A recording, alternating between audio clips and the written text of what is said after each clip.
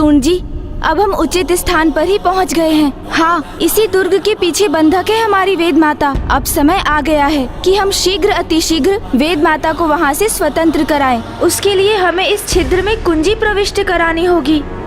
बस यही एक क्षणिक अवसर प्राप्त होगा हमें।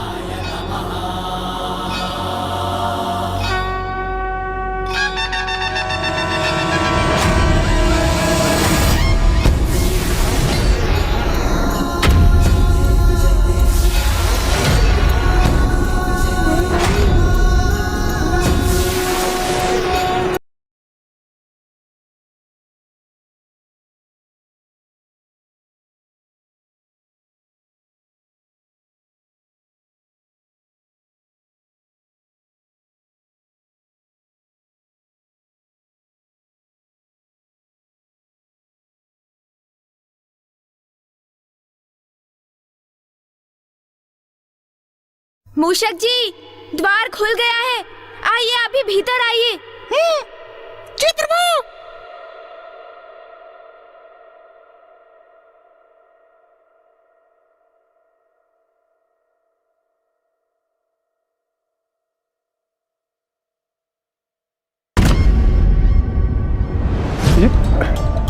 ये गणेश जी क्या कर रहे हैं? इस द्वार को बंद करने में अपना समय क्यों व्यर्थ कर रहे हैं? जिससे दुर्गमासुर भीतर प्रवेश न कर सके और उसे कुछ और समय प्राप्त हो। इस द्वार का निर्माण स्वयं असुर शिल्पी मायासुर ने किया है। इसकी कुंजी के बिना इसको खोलना कठिन ही नहीं, असंभव समान है।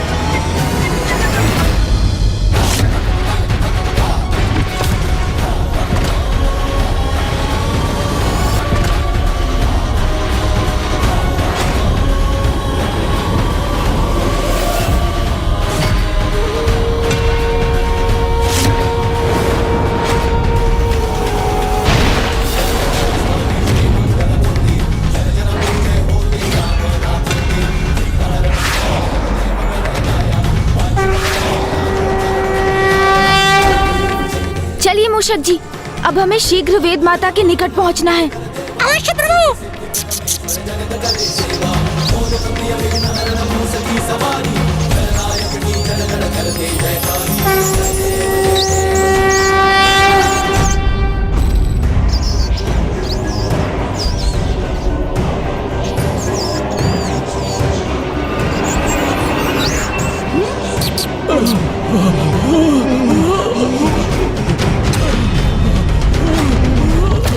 मूषक जी रुकिए।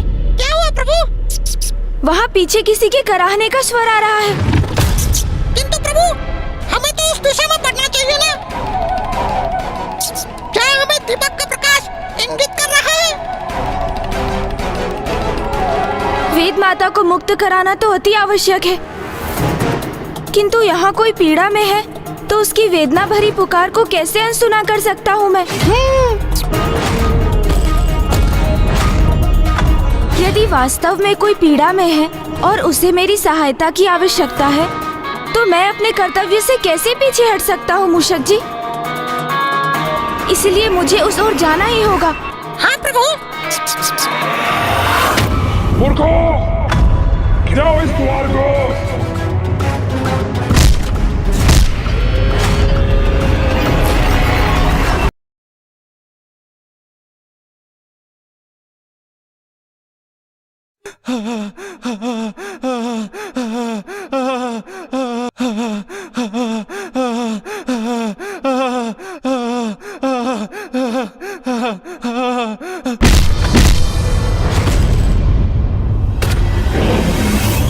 कौन है आप?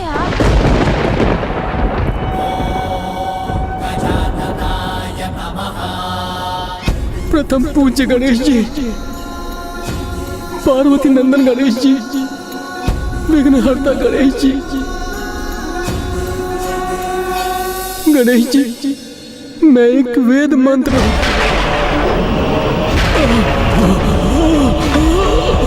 गोपाल जी, संभालिए स्वयं को।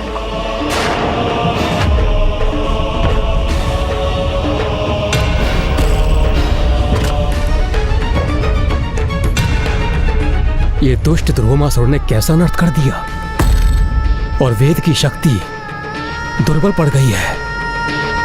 इसलिए वेद के मंत्र यहां वहां बिखर के क्षीण हो गए हैं और अब वो पतन की अवस्था में आ चुके हैं। गणेश के पास अब अधिक समय शेष नहीं, क्योंकि दुर्गमासुर भी दुर्ग का द्वार गिराने का प्रयास कर रहा है। इसलिए अब गणेश को शीघ्र ही वेदमाता तक पहुंचकर उन्हें सबल करना होगा, अन्यथा बहुत बड़ा अनर्थ हो जाएगा। गणेश जी, कृपया कर वेद को पाप के बंधन से मुक्त कीजिए, जिससे वेद की शक्ति पुनः समृद्ध हो और हम वेद मंत्र पुनः वेद में समाहित हो। आप निश्चिंत रहिए, मैं यहाँ वेद माता को ही मुक्त कराने आया हूँ। माँ, शीघ्रता कर मुझे वेद माता तक पहुँचा दीजिए। भूर्भुवः स्वः तत्सवितुर्वरेण्यं भर्गो देवस्य धीमहि धियो यो नः प्रचोदयात्। ॐ भूर्भुवः स्वः तत्सवितुर्वरेण्यं ॐ भूर्भुवः स्वः तत्सवितुर्वरेण्यम्।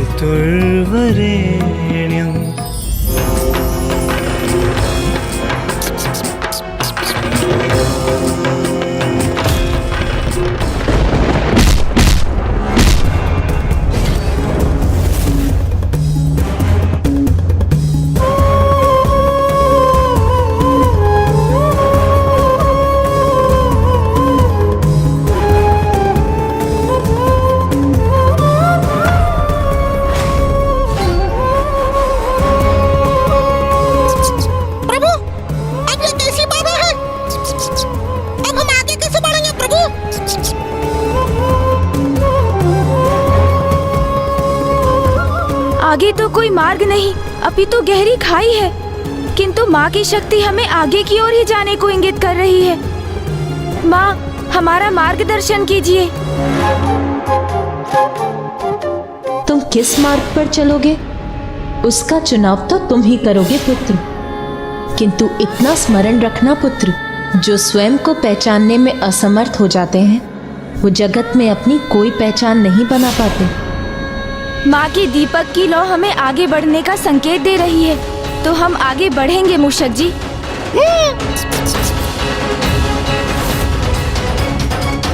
जब वहाँ कोई मार्ग ही नहीं है तो गणेश जी आगे कैसे जा सकते हैं?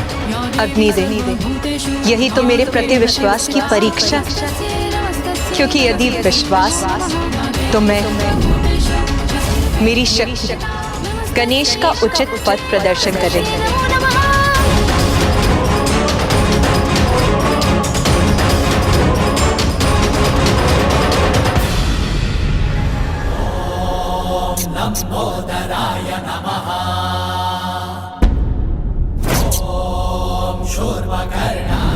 रुक जाओ!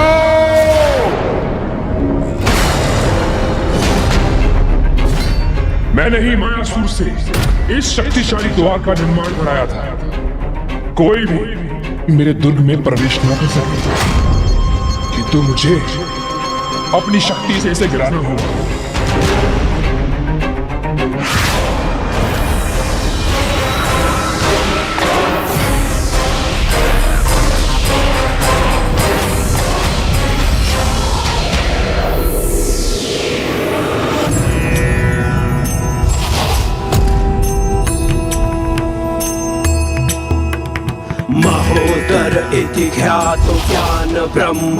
मूषक जी, आप भी आगे बढ़िए।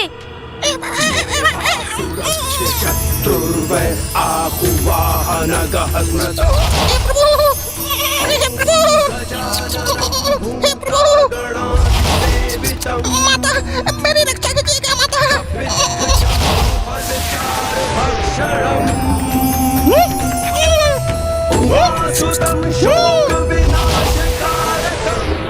अरे वाह प्रभु, ये तो जैसे एक अदृश्य सेतु है।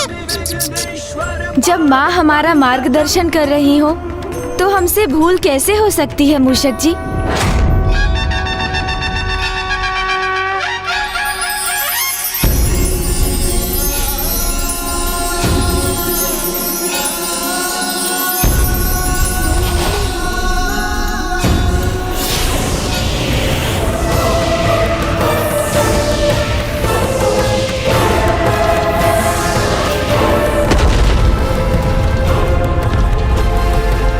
अब उस दुष्ट बालक को मुझसे कोई नहीं बचा सकता।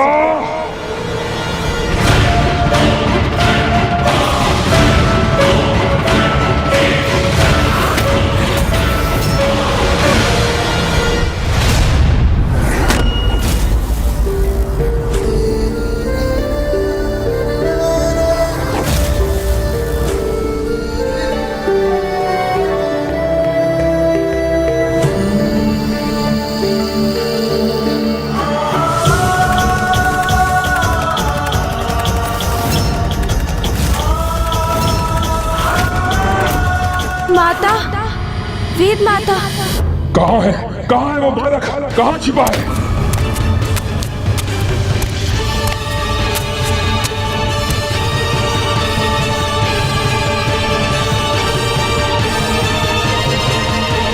कहाँ है वो बालक? मैं पूछता हूँ, कहाँ है वो बालक? कहाँ है वो?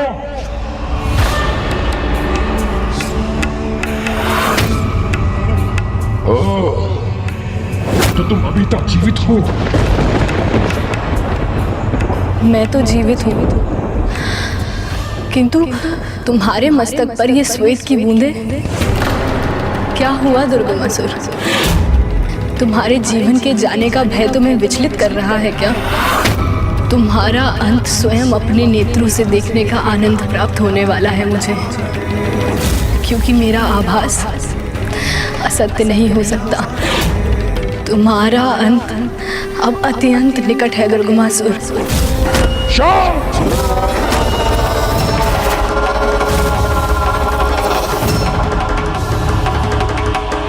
शांत हो जाओ तुम। मेरी चिंता मुझ पर छोड़ दो वेद की देवी।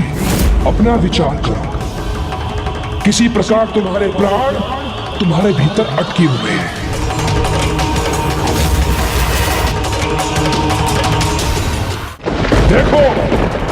देखो अपने पन्नों को।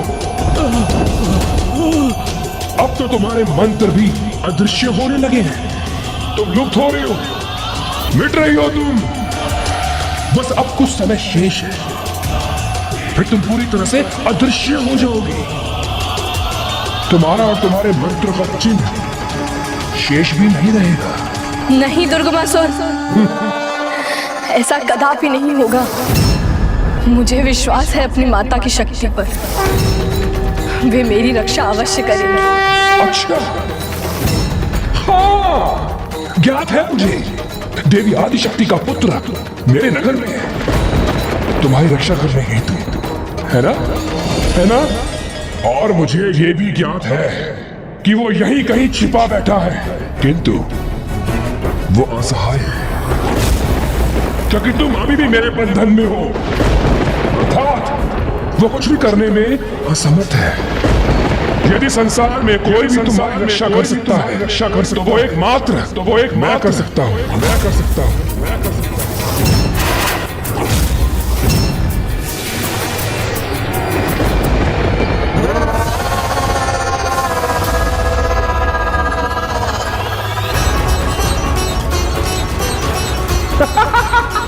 देखो कैसे अब तुम्हारी वेदों के पत्र छिन्न भिन्न होकर नष्ट हो रहे हैं, क्योंकि तुम बहुत ही हठी हो और ये इसी का परिणाम है। प्रभु, मैं वेद माता की ऐसी दुर्दशा नहीं देख सकता, किंतु अब हम क्या करें प्रभु? कैसे मुक्त करें उन्हें? ये गणेश जी कुछ कर क्यों नहीं रहे? ये दुर्गमासुर को उचित पाठ क्यों नहीं सिखाते? स्मरण रखे देवराजन, गणेश को वहां माता ने क्यों भेजा है?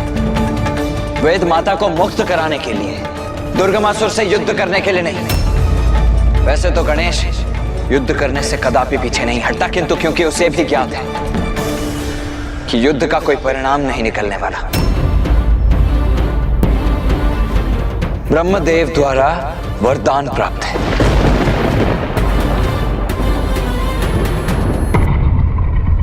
माँ, अपनी दीपक की लौ से मेरा मार्गदर्शन कीजिए माँ।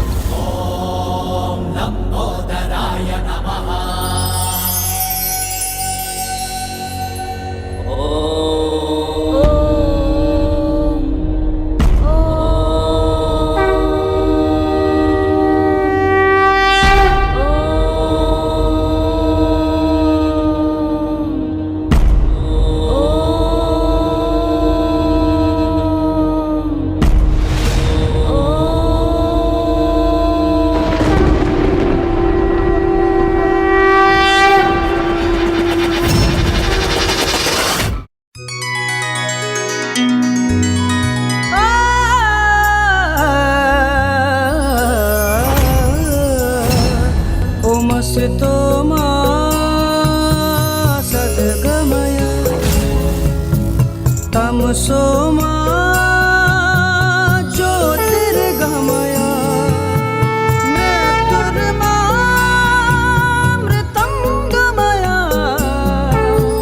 ॐ शान्ति शान्ति शान्ति।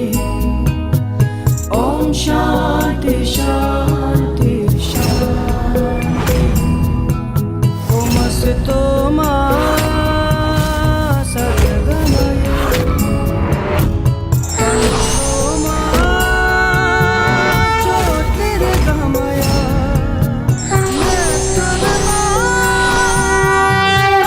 गमय। ॐ शान्ति शान्ति ॐ शान्ति। मुझे असत्य से सत्य की ओर ले चलिए, मुझे अंधकार से प्रकाश की ओर ले चलिए, मुझे मृत्यु भय से अमरता की ओर ले चलिए।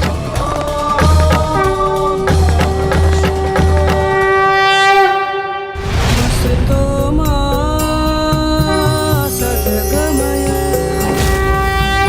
तमसो मा ज्योतिर्गमय मृत्युर्मामृतं गमय। ॐ शान्ति शान्ति शान्ति। ॐ शान्ति शान्ति शान्ति। ओमस्तो मा सद्गमय तमसो मा ज्योतिर्गमय मृत्युर्मामृतं गमय। ॐ शान्ति शान्ति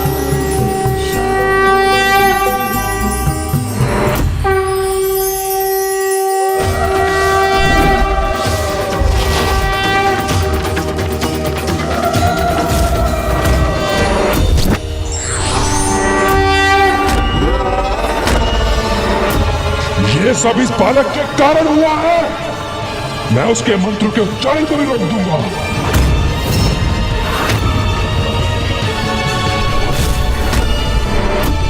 सावधान दुर्गमासुर!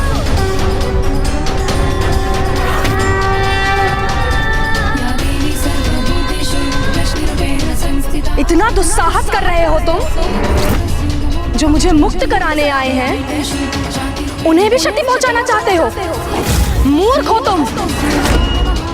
इतना भी ज्ञात नहीं कि उनके समक्ष तुम्हारा कोई अस्तित्व नहीं। प्रथम पूज्य गणेश जी हैं वो, वेद के सार हैं। वो ओमकार स्वरूपी गणेश जी हैं।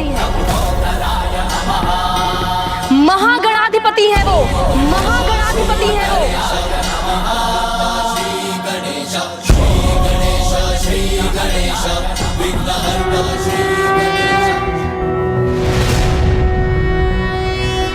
नमस्ते ब्रह्मरूपाय विष्णुरूपाय ते नमः।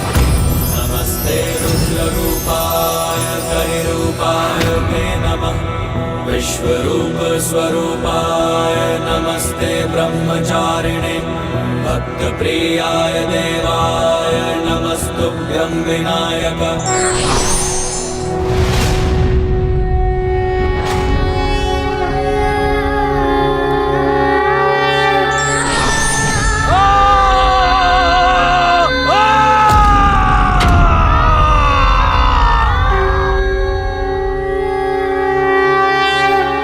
कुछ दिखाई क्यों नहीं दे रहा?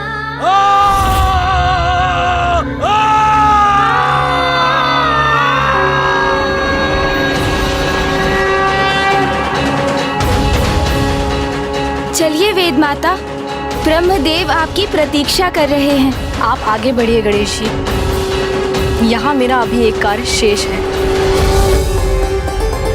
या देवी सर्वभूतेषु शक्तिरूपेण संस्थिता नमस्तस्यै नमस्तस्यै नमस्तस्यै नमो। दुर्गमासुर ज्योति रूप में माता तुम्हारे नगर में उपस्थित है, इसलिए अब तुम्हारा सर्वनाश निश्चित है। सब ध्वस्त होगा, सब भस्म होगा यहाँ।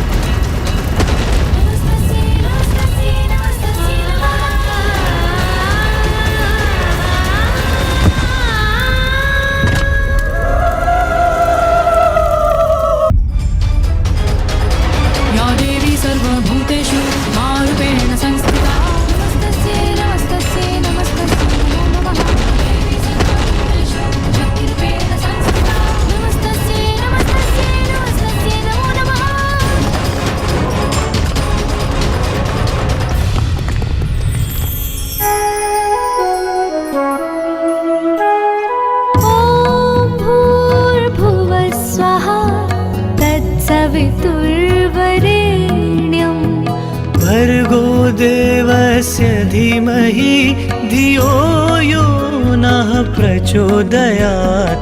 ओम भूर्भुवः। गणेश जी, आपने मुझे मुक्त कराया है, इसके लिए आपका कोटि कोटि धन्यवाद। इस कार्य में मेरा मार्गदर्शन तो माँ ने ही किया था वेद माता, और अब आप लौट आई हैं, तो अब आपके वेद मंत्रों से संसार में पुनः अच्छाई का संचार होगा। आपने मेरी रक्षा की है प्रथम पूज्य गणेश जी, इसलिए अब आप ही मुझे ब्रह्मदेव को सौंपने का दायित्व निभाएं। ये मेरा आपसे विनम्र अनुरोध है।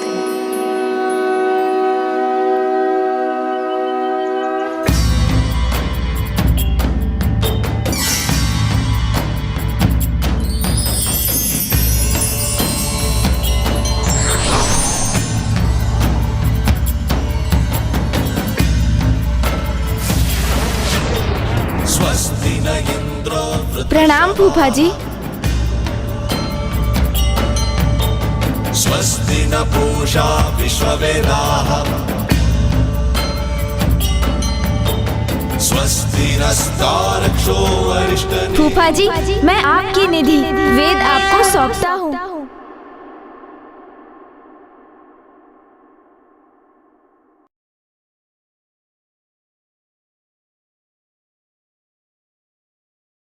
ये क्या हुआ?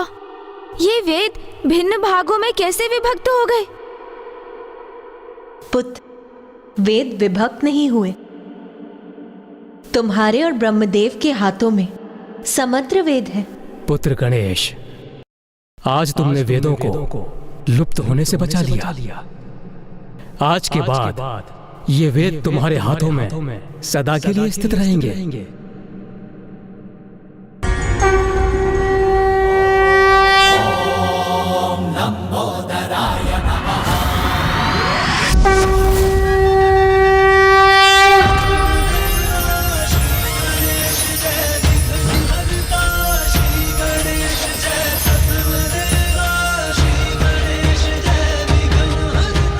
महादेव पुत्र पार्वती नंदन गणेश जी की, महादेव पुत्र पार्वती नंदन गणेश जी की, महादेव पुत्र पार्वती नंदन गणेश जी की, महादेव पुत्र पार्वती नंदन प्रथम पूज्य गणेश जी की। महाराज, महाराज रक्षा कीजिए महाराज, महाराज। रक्षा कीजिए महाराज, रक्षा कीजिए हमारी। गणेश के हाथ में एक दीपक, यदि वो लौ तेरी नगरी तक पहुंच गई तो तेरी संपूर्ण नगरी भस्म हो जाएगी।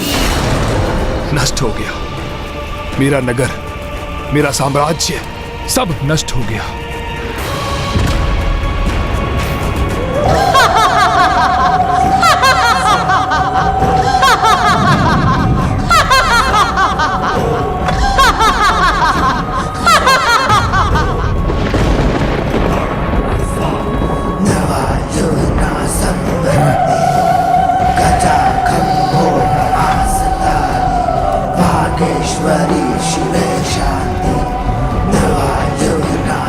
वो गुफा माता के निश्चित पूजा का स्थान, वही एकमात्र स्थान सुरक्षित है यहाँ, और वहीं से आ रहा ये अटास का स्वर।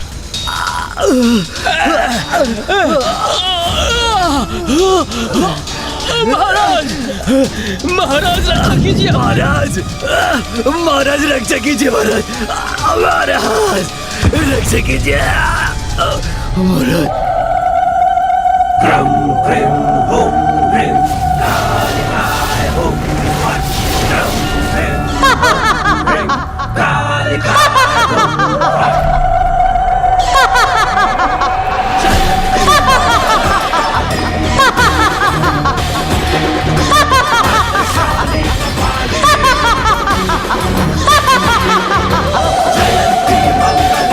माता,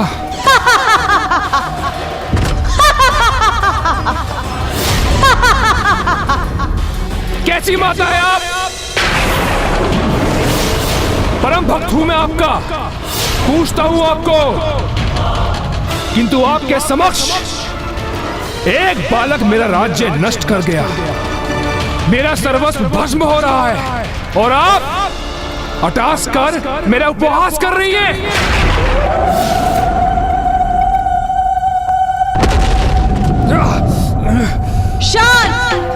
शांत हो जा रे तू। मेरा बहुत बड़ा भक्त बनता है ना तू, और मैंने तुझे अपनी पूजा करने के लिए कहा था, और तूने मेरी पूजा की भी तो कौन सी? अरे तेरी निश्चित पूजा के कारण तुझसे प्रसन्न होकर नहीं, विवश होकर आई हूं मैं यहाँ। माता! शांत शांत मूर्ख, मेरे समक्ष स्वर ऊंचा करेगा? बोल, मुझसे इतनी दृष्टता करेगा तू? मुझसे इतना दुस्साहस करेगा तू? माता, मेरी बुद्धि को कुछ नहीं सूझ रहा माता, मैं क्या करूं माता? आप मुझे बताइए माता, मैं क्या करूं? सुधर जा तू मूर्ख।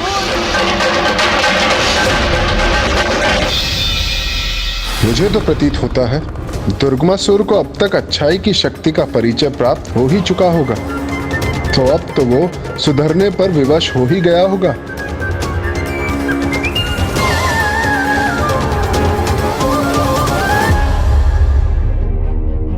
क्या हुआ पुत्र गणेश? अब क्या चिंता सता रही है तुम?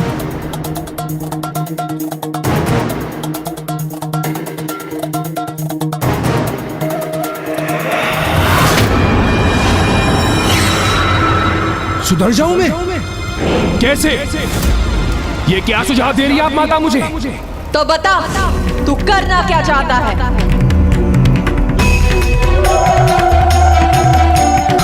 मुझे कुछ समझ नहीं आ रहा माता, मेरे पास तो कुछ भी शेष नहीं बचा। उस बालक ने मेरा सब कुछ नष्ट कर दिया माता, मैं टूट रहा हूं माता।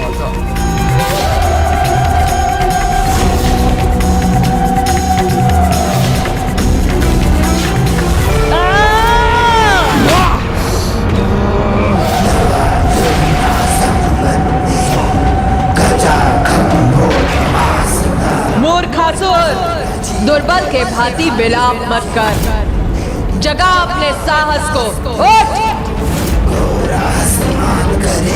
तू महाराज है यहाँ का, तो जा, तो अपने महाराज होने का दायित्व निभा।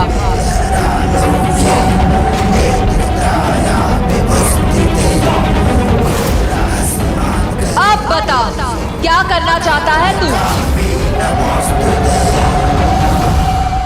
प्रतिशोध।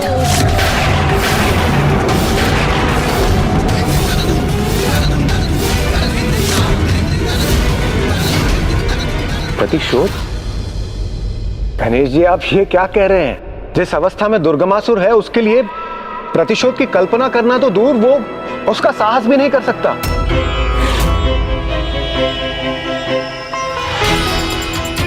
ये सत्य है कि दुर्गमासुर पराजित हुआ है, किंतु ये भी तो सत्य है कि दुर्गमासुर एक असुर है, एक आहत असुर। इसलिए हमें उसके प्रतिशोध की भावना को कम आंकने की भूल कदापि नहीं करनी चाहिए। किंतु पुत्र गणेश, अब वेद सुरक्षित हैं। उनके मुक्त होने से संसार पूर्ववत अपनी स्थिति में आ जाएगा। पुनः धर्म का प्रसार होगा, देवता अपने स्थान पर विराजमान होंगे और यज्ञादि आरंभ होने से देवताओं को शक्ति भी प्राप्त होने लगेगी।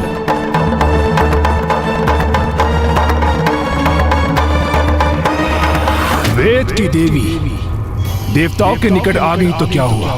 संसार में मैं अब भी अधर्म का प्रचार करूंगा। पुनः देवताओं को शक्तिशाली नहीं होने दूंगा मैं। उन्हें भविष्य प्राप्त ना हो, इसलिए यज्ञ बाधित करूंगा मैं। उनके द्वारा सृष्टि के संचालन में ऐसी बाधा उत्पन्न करूंगा कि जिससे देवताओं का नाम ही मिट जाएगा। और ये तू करेगा कैसे? तापी!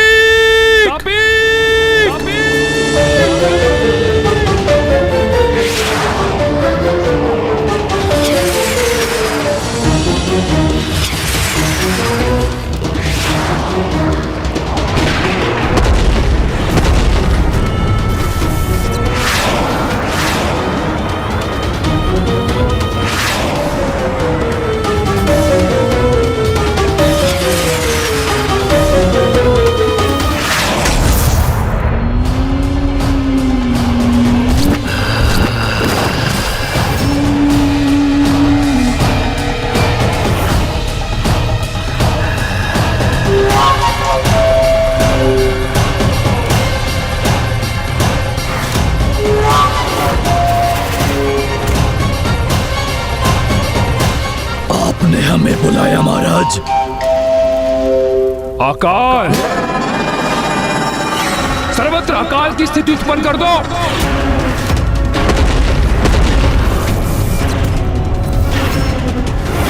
जो आज्ञा महाराज।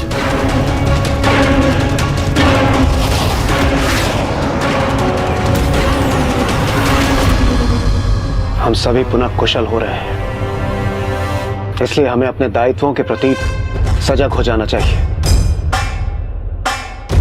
सप्तऋषि, आप यज्ञ आरंभ कीजिए। आपके यज्ञ से हम सभी को भविष्य की प्राप्ति होगी। वैदिक मंत्रों के उच्चारण से और यज्ञ की भविष्य से हम सभी को पुनः बल प्राप्त होगा और हम अपने कर्तव्यों को निभाने में सक्षम होंगे। मेरी किरणें संसार में ऊष्म ऊर्जा और प्रकाश प्रदान कर पृथ्वी पर जीवन का स्रोत बनेंगी, जिससे जीवन चक्र सुचारू रूप से क्रियाशील रहेगा। और जब सूर्य देव जलाशयों एवं जल के अन्य स्रोतों को उष्णता प्रदान करेंगे, तब मेरा जल वाष्प बनकर ऊपर उठेगा और उस वाष्प को मैं अपने वायु प्रवाह से आकाश में ले जाऊंगा, जहां से मेघ उत्पन्न होंगे। और मैं देवराज इंद्र मेघों से वर्षा कर जल को पुनः पृथ्वी पर लौटाकर प्रकृति को संपूर्ण पोषण प्रदान करूंगा, जिससे सृष्टि में जीवों को भोजन प्राप्त होगा और जल उनकी प्यास बुझाएगा। जीवों का जीवन तृप्त होगा। जल तत्वों से भूमाता भी जीवनदायिनी बन जाएगी। और एक के माध्यम से हम आप देवताओं को जो भी अर्पित करेंगे, अग्निदेव की पत्नी देवी स्वाहा आप तक पहुंचा देगी। संपूर्ण सृष्टि की दशा दयनीय हो गई थी, कि तो अब इस हवन यज्ञ से पुनः सब कुछ पूर्वार्थ हो जाएगा। वेद माता पुनः अपने स्थान पर लौट आई है, इसलिए संसार में अच्छाई का विस्तार हो रहा है। इसलिए आप अविलंब यज्ञ को आरंभ कीजिए जी, जिससे हम सभी अपनी शक्ति को एकजुट कर जगत कल्याण के मार्ग पर आगे बढ़ सकें। उचित है देवराज इंद्र।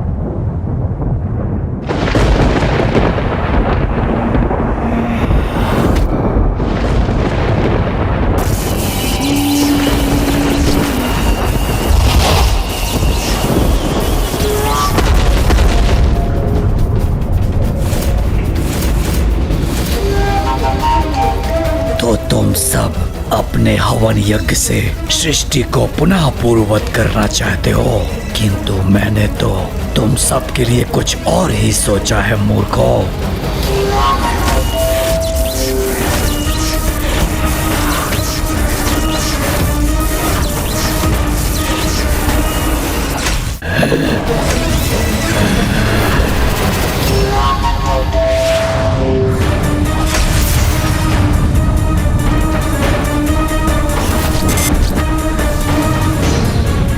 सब कुछ सुखा दूंगा मैं यहाँ अकाल उत्पन्न करने आया हूँ।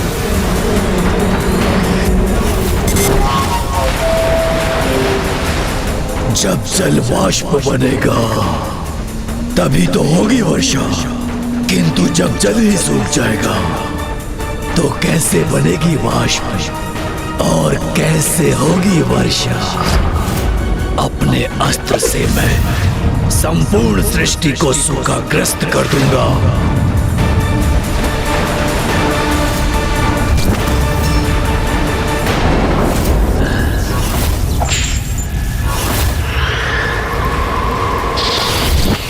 ना पीने के लिए जल होगा, ना ही कृषि के लिए वर्षा। जल के सभी स्रोतों को सुखा दूंगा मैं।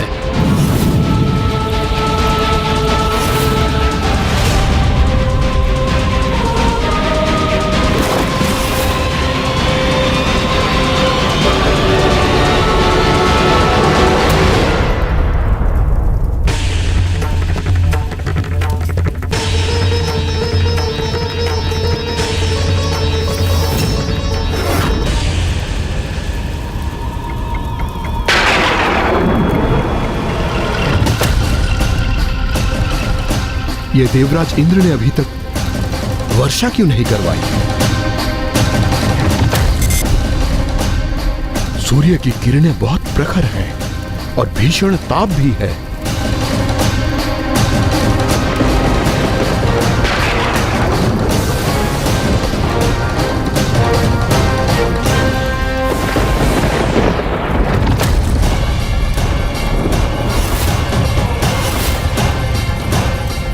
यज्ञ रोकिए, यज्ञ रोकिए।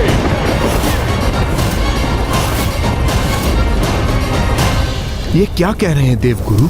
अब ये यज्ञ नहीं होगा, यज्ञ नहीं होगा।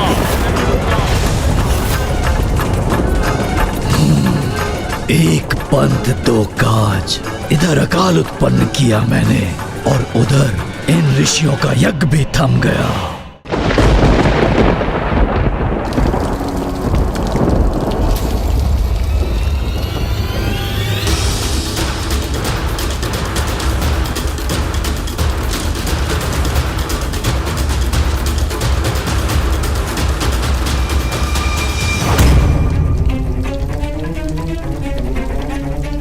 अवश्य कुछ ऐसा घटित हो रहा है जिससे गणेश इतना विचलित है। जब से वो काशी से लौटा तनाव रहित नहीं हुआ है वो, किंतु मुझे उसे प्रसन्न करने का उपाय ज्ञात है।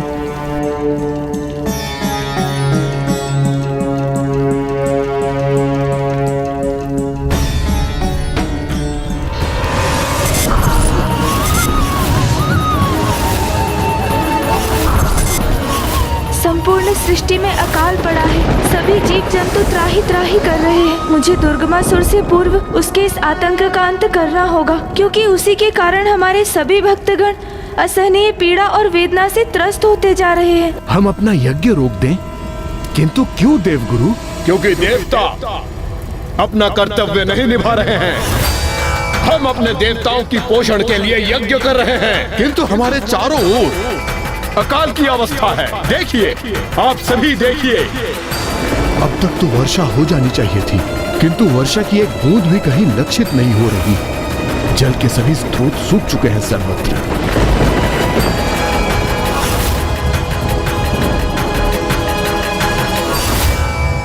देवी स्वाहा को हमारे आहार हेतु यज्ञ से उत्पन्न होने वाली हविष लाने में इतना विलंब क्यों हो रहा है?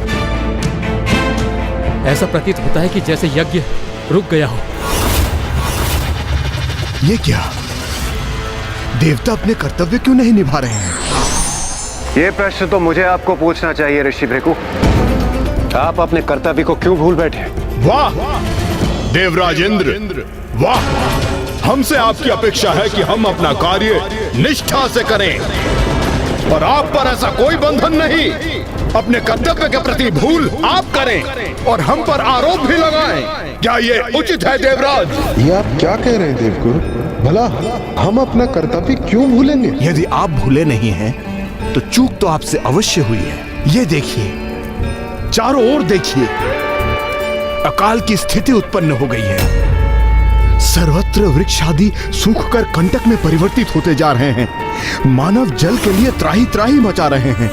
पीने के लिए अब जल की एक बूंद तक शेष नहीं है।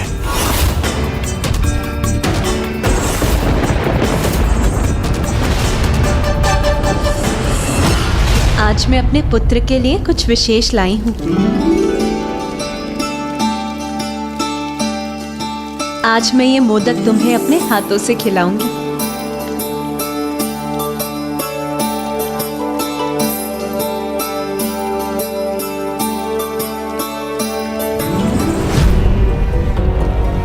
गणेश, तुम्हारे नेत्रों में ये अश्रु कैसे? क्या हुआ पुत्र? माँ, जब भक्त भूख से व्याकुल है तो मैं भोजन कैसे ग्रहण कर सकता हूँ? भक्त भूखा है अर्थात क्या आशय है तुम्हारा पुत्र?